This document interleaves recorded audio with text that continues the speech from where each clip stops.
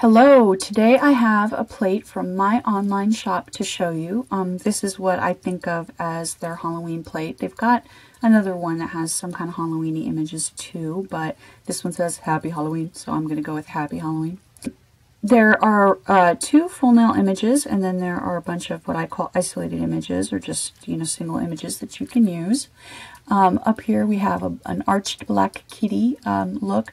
I think this is also just cute if you're a cat lover. I don't think it has to necessarily be like scary, hunched back Halloween kitty. But then we're getting into some more definite Halloween stuff. I love this ghost.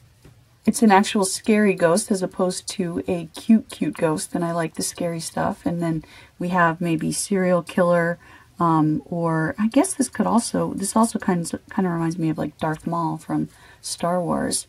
And then over here we have, even though these are the cutesy sort of ghosts, they at least have like, raw snarls on their faces, so they're a little bit scarier and they're saying boo. Alright, and here we have one of the coolest skulls ever. It's got like acid eroded skull with, let me see if I can get this, there we go, with stitches and stuff on it. Just so much going on there. And then we've got this little devil vixen who, she's kind of sexy, kind of devilish.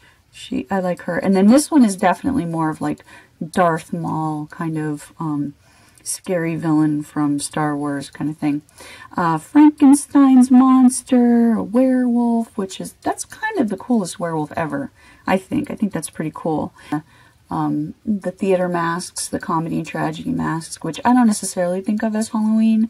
I guess they could be used for that, but you can certainly use them for other things as well. And then this looks like the face paint tattooing that you see on the Darth characters and in the Star Wars movies. And this reminds me of like a really happy butterfly kind of mask from Mardi Gras. And then, of course, Happy Halloween. And I love this. I actually did this one Halloween with my actual costume. I had a mask, and then when I took my mask off, I had a skeleton painted on my face underneath. I liked that. It was pretty cool. Now, if I'm remembering correctly, isn't this like the cartoon version of the witch from Snow White? It reminds me of that, anyway. And then you've got, like, creepy jack-o'-lantern face, or scary monster in the dark face. And a cool owl, which you could use for lots of things. And then Land of the Dead, which is a little bit scary. I love this sort of Grim Reaper guy with his little face, with that wicked smile. And a cute enchanted tree. He's a little bit scary, but he's a little bit fun too. I like him.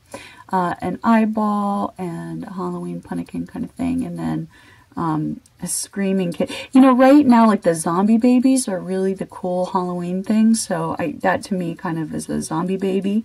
And then this is a werewolf that's seen some pretty bad days. It's like, here's the werewolf when he was really good and had a good job and a nice place to stay.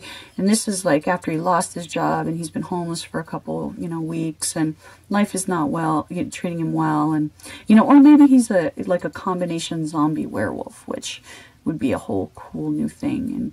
And, are zombies werewolves are kind of like zombies, but I don't even want to get into all of that because then, wow, just the conversations we could have about that. No time here. First, let's take a look at this next to the standard Conad plate. So you can see those full nail images are going to give you plenty of space to cover your nails.